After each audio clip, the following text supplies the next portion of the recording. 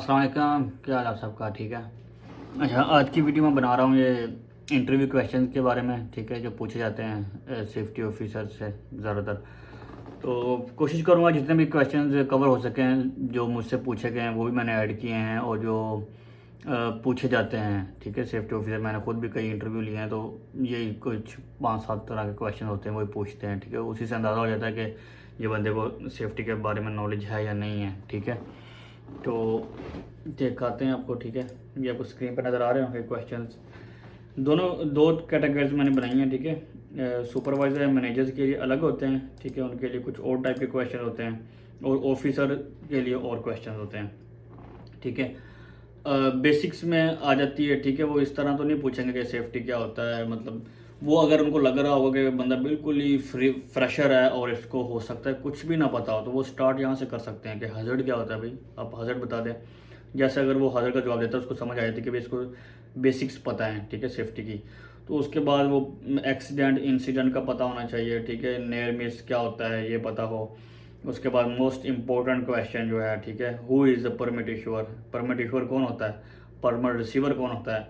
अब इसमें कई जवाब इस इन्हीं क्वेश्चन में है ना, अगर कुछ 2 तरह के जवाब हों वो भी ठीक हैं। ऐसे अगर आरामको में एक अलग ही सिस्टम यूज़ होता है और बाकी कंपनीज में एक अलग सिस्टम यूज़ होता है।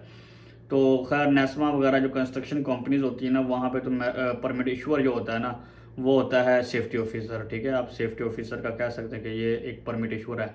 और रिसीवर होता है फोरमैन या सुपरवाइज़र, ठीक है, जो उस एक्टिविटी को सुपरवाइज कर रहा होता है ना, जो फोरमैन होता है, तो वो परमिट रिसीवर होता है, ठीक है। इसी तरह अगर आप आगे आ जाएं, हॉट वर्क एक्टिविटीज़ क्या होती हैं, ठीक है। हॉट वर्क आपको पता ही होगा, ठीक है, एंगल ग्राइंडिंग, कटिंग, वेल्डिंग, ये जितनी भी हॉट वर्क एक्टिविटीज़ हैं, ठीक है। इनमें से वो ये तो नहीं पूछेंगे आसानी से, वो क्रिटिकल कुछ कंडीशंस बना के पूछते हैं क्वेश्चन, ठीक है। उसमें से ये मैंने लिखा हुआ 30 मिनट्स, वो इस तरह पूछेंगे कि जब हॉट वर्क एक्टिविटी ख़त्म हो जाती है तो उसके बाद फायर वाचर जो होता है वो कितनी देर तक वहाँ पे स्टे करेगा, ठीक है, कितना टाइम वो वहाँ पे स्टे करे। ये बहुत दफ़ा सवाल पूछा जाता है, बहुत ज़्यादा आराम को में पूछा जाता है ये सवाल। तो इसका सही जवाब होता है 30 मिनट्स। 30 मिनट्स तक उसने एक्टिविटी फिनिश होने के बाद वहाँ पे बैठना होता है, उसने इंश्योर करना होता है कि वहाँ पे कोई अब चांस नहीं है आग लगने का, ठीक है। ये 30 मिनट्स तक होता है। उसके बाद आप आ जाए नीचे नंबर 7, GFCI ELCB, ठीक है। ये क्या है, ये ग्राउंड फॉल्ट सर्किट इंटरप्टर, ये वो ट्रिपर हैं जो इलेक्ट्रिकल डिस्ट्रीब्यूशन बोर्ड्स के अंदर लगे होते हैं, ठीक है, ट्रिप करने के लिए। जैसे ही 5 मिली एम्पियर की जो करंट है ये एक्सीड होता है तो ये ट्रिप कर जाते हैं, करंट बंद हो जाता है। इससे ये होता है कि ये अगर लगे होंगे ना, इससे अमवात कम हो जाए, होती नहीं है, इसलिए ये इंश्योर करना होता है हमने कि ये लगे हों, हर डिस्ट्रीब्यूशन बोर्ड में लगा होना चाहिए, ठीक है।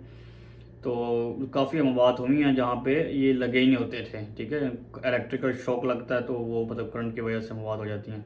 तो बट अगर ये लगे हों तो ये रिस्क ख़त्म हो जाता है। ये दोनों में से एक लगाओ। इन दोनों में से फ़र्क ये थोड़ा सा मिली एम्पियर का फ़र्क होता है। आई थिंक अब कुछ अच्छी टेक्नोलॉजी के आ गए हैं, इम्प्रूव किए हैं, 5 से 7-8 मिली एम्पियर तक होते हैं ये, ठीक है। उसके बाद वो पूछ सकते हैं फायर ट्रायंगल क्या होता है, ठीक है। फायर ट्रायंगल कौन सी 3 चीज़ें हैं जिससे फायर लगती है, ठीक है। वो ऑक्सीजन, हीट एंड मटेरियल, ये कह लें फ्यूल कह लें, ठीक है। ये 3 चीज़ें होती हैं फायर ट्रायंगल के लिए। नंबर 9 पे आ जाए जी, what is the purpose of double land horns. ये मुझसे 2-3 दफ़ा सवाल पूछा हुआ है, ठीक है। अब हार्नस जो पहनते हैं वर्क एट हाइट पे ऊपर जाने के लिए, ठीक है, वो 2 तरह के होते हैं। एक में सिंगल लैंड यार्ड लगा होता है, जो सिंगल लैंड यार्ड लगाया, हुक कर दिया, ठीक है, लगा दिया। एक होता है double land yard, double hook करने के लिए लगा दिया। डबल क्या मकसद उसका, वो ये पूछ रहे हैं कि डबल लगाने का क्या मकसद होता है। डबल लगाने का मकसद ये होता है कि अगर वो बंदा जो ऊपर वर्क एट हाइट पे काम कर रहा है, वो जब वो फ्री करेगा, एक को फ्री करेगा और देन वो मूव करेगा, एक पॉइंट पर लगा रहेगा, ठीक है। ये ज़्यादा सेफ होता है। अगर वो एक वाला यूज़ करेगा तो वो एक अगर जब उतारेगा तो उसकी सेफ्टी बिल्कुल ख़त्म हो जाती है, ठीक है, वो गिर सकता है उस वक्त। तो इसलिए डबल का यही फ़ायदा होता है कि जब भी वो मूव करेगा वो एक को उतारेगा, आगे लगाएगा, फिर जब वो लग जाएगा फिर दूसरा लगाएगा, इस तरह से अगर ऊपर जा रहा है या साइड पर जा रहा है। तो ये इसका एक्स्ट्रा सेफ्टी होती है, तो ये इसका पर्पज़ होता है, ठीक है, इसलिए ये बनाया गया है डबल लैंड यार्ड। नंबर 10 पे आ जाएं, how you know that the equipment at site can work. आपसे पूछें भाई, अगर अब ये एक्सकेवेटर आ गया, कोई ट्रक आ गया, ये साइट पे आ गया, अब सेफ्टी ऑफिसर साइट पे, अब सेफ्टी ऑफिसर को क्या पता अब ये काम करने के लिए अलाउ है या नहीं है। अब ये मतलब आपसे सवाल पूछ रहा है इंटरव्यूअर कि आपको कैसे पता चलेगा कि ये काम करने के लायक है या नहीं है, क्या चेक करोगे आप? ठीक है, आप क्या विजुअल चेक करोगे, हाँ भी इसके टायर ठीक है, रेस देता तो चलती है, मतलब ये चीज़ वो टेक्निकल चीज़ें आपसे पूछना चाह रहा है कि आप कैसे इंश्योर करोगे। ठीक है, इसका सिंपल सा जवाब होता है कि वो अपने थर्ड पार्टी चेक करनी है। ठीक है, थर्ड पार्टी स्टिकर लगा होता है, उस पर वैलिडिटी होती है 1 ईयर की। ठीक है, इसी तरह वो जो इक्विपमेंट चला रहा है उसका जो ऑपरेटर है ना, उसकी भी थर्ड पार्टी होती है।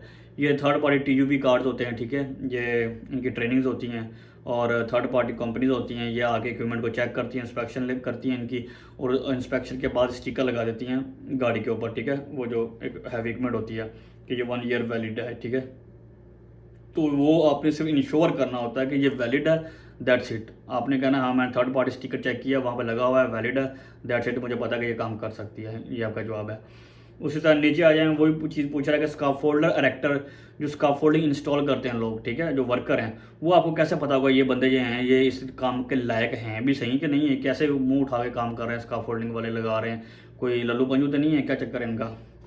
तो वो ये है, उनका भी यही चक्कर है कि TUV होगी उनकी, वो सर्टिफाइड होंगे, ट्रेनिंग उनको दी गई होगी। ठीक है, अगर ट्रेनिंग नहीं है, उनके पास TUV कार्ड नहीं है, तो वो ये काम नहीं कर सकते। ठीक है, सेफ्टी ऑफिसर की फिर जिम्मेदारी, वो काम रोकेगा। ठीक है, उनको स्काफोल्डिंग इंस्टॉल नहीं करने देगा जब तक कि उनके पास वो कार्ड नहीं होंगे। ठीक है, थर्ड पार्टी के। इसी तरह नंबर 12 पे आ जाए, what is a type A ladder, type B। ये नॉर्मल क्वेश्चन है, कई दफ़ा पूछें। टाइप A लैडर कौन सी होती है? टाइप A लैडर होती है जो इस तरह की होती है। ठीक है, ऐसे आप चढ़ेंगे और ऊपर दोनों तरफ वो लगी होती है सपोर्ट देने के लिए।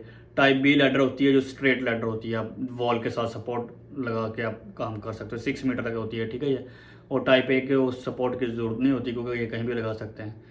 तो इसी तरह आगे आ जाएँ, ऑक्सीजन लिमिट पूछ सकते हैं आपसे क्या होनी चाहिए। ठीक है, 19.5 से 23.5। नीचे आ जाएं, कार्बन मोनोऑक्साइड की लिमिट बताएं भाई क्या होती है? 50 ppm। ठीक है, 50 ppm अकॉर्डिंग टू ओशा है, और अगर 50 ppm या 50 ppm से कम कहीं भी कोई रीडिंग आती है तो आप 8 आवर्स तक काम कर सकते हो। ठीक है, ये नहीं है कि अब लिमिट अलाउेबल है तो आप सारा दिन ही काम करते रहो, वहाँ पे 8 आवर तक काम होता है अलाउ। एंड नेस्मा में ये 35 ppm है। कुछ कंपनीज ने ज़्यादा एक्स्ट्रा सेफ्टी रखी होती है कि हम उस लिमिट से थोड़ा नीचे नीचे रहें। ठीक है, तो फिर नेस्मा ने अपना स्टैंडर्ड बनाया हुआ, वो उन्होंने 35 रखी हुई है। अकॉर्डिंग टू ओशा ये 50 है। इसी तरह हाइड्रोजन सल्फाइड की क्या लिमिट है? 10 ppm है, ये 10 ही होती है। ठीक है, नेस्मा भी 10 नहीं है, इधर भी 10 नहीं है, ओशा भी 10 है, 8 आवर्स तक। ठीक है, ये सारी जो गैसेस हैं ये हमें चेक करनी होती हैं जब कन्फाइंड स्पेस की एक्टिविटी हो ना, वहाँ पे गैस डिटेक्टर से हमने चेक करना होता है सारा कि ये अलाउेबल है या नहीं है। नंबर 16 पे आ जाएं, before start of the excavation work which checklist should be cleared.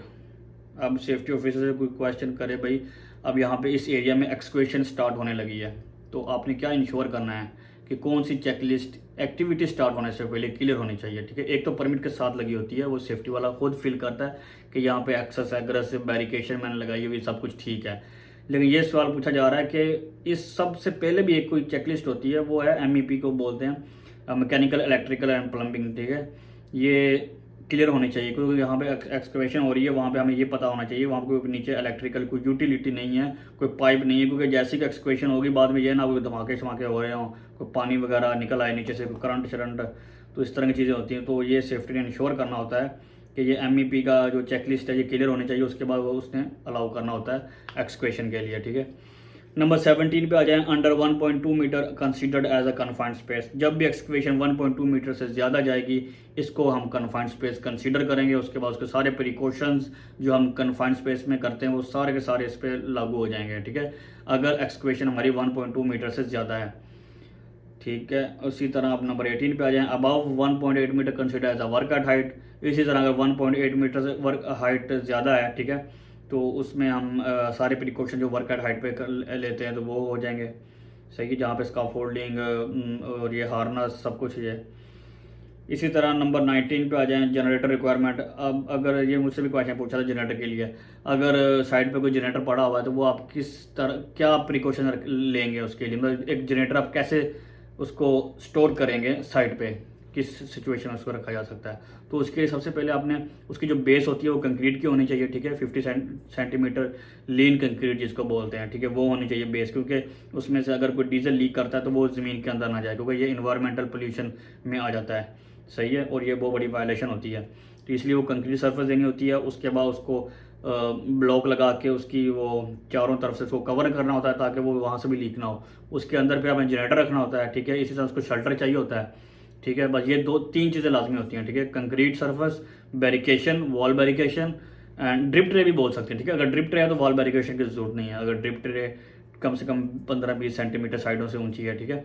और इसी तरह उस पर शल्टर लगाया जा सकता है, ठीक है। फिर उसके बाद फायर एक्सटिंग्विशर आप रखेंगे, ठीक है।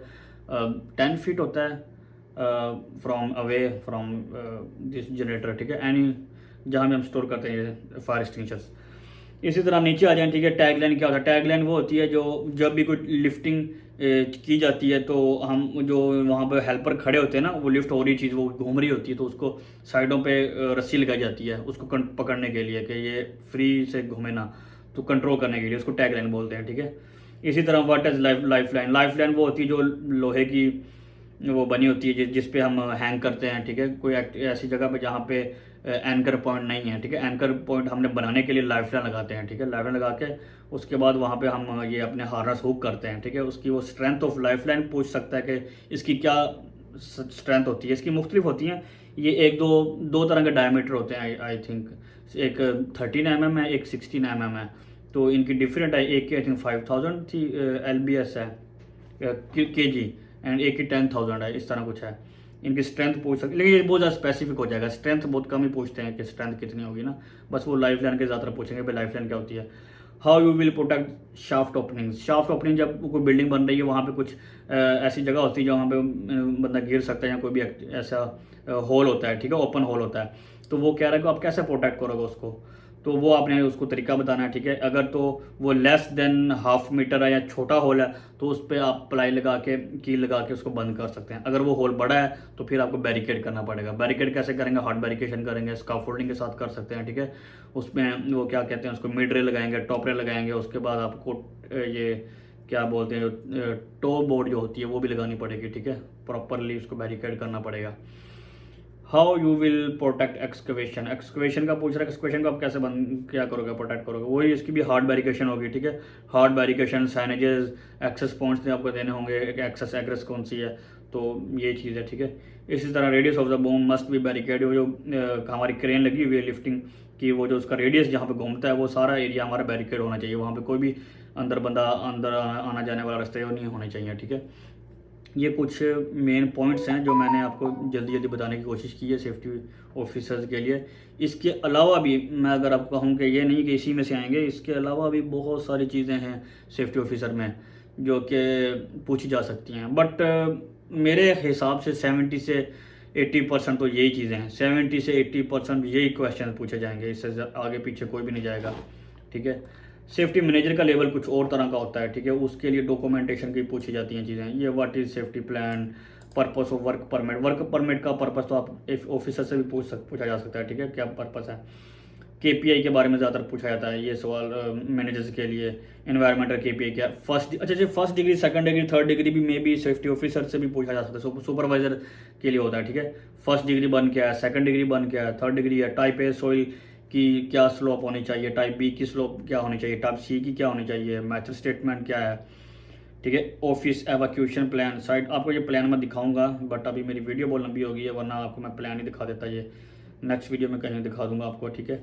ये कैसे होते हैं। How you will motivate workers, ये आम सा क्वेश्चन है, कभी ऑफिसर से भी पूछा जा सकता है कि आप कैसे मोटिवेट करोगे। मोटिवेट करेंगे, उनको एप्रिसिएशन लेटर देंगे, ठीक है।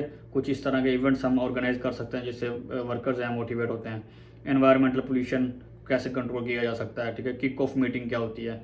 किक ऑफ मीटिंग वो होती है जो भी प्रोजेक्ट स्टार्ट होने से पहले जो मीटिंग होती है वो किक ऑफ मीटिंग कहलाती है, सही है। ये कुछ पॉइंट्स है जो मैंने कवर करने की कोशिश की है, ठीक है। आई होप आप लोगों को फ़ायदा होगा। ओके भाई, अल्लाह हाफिज़।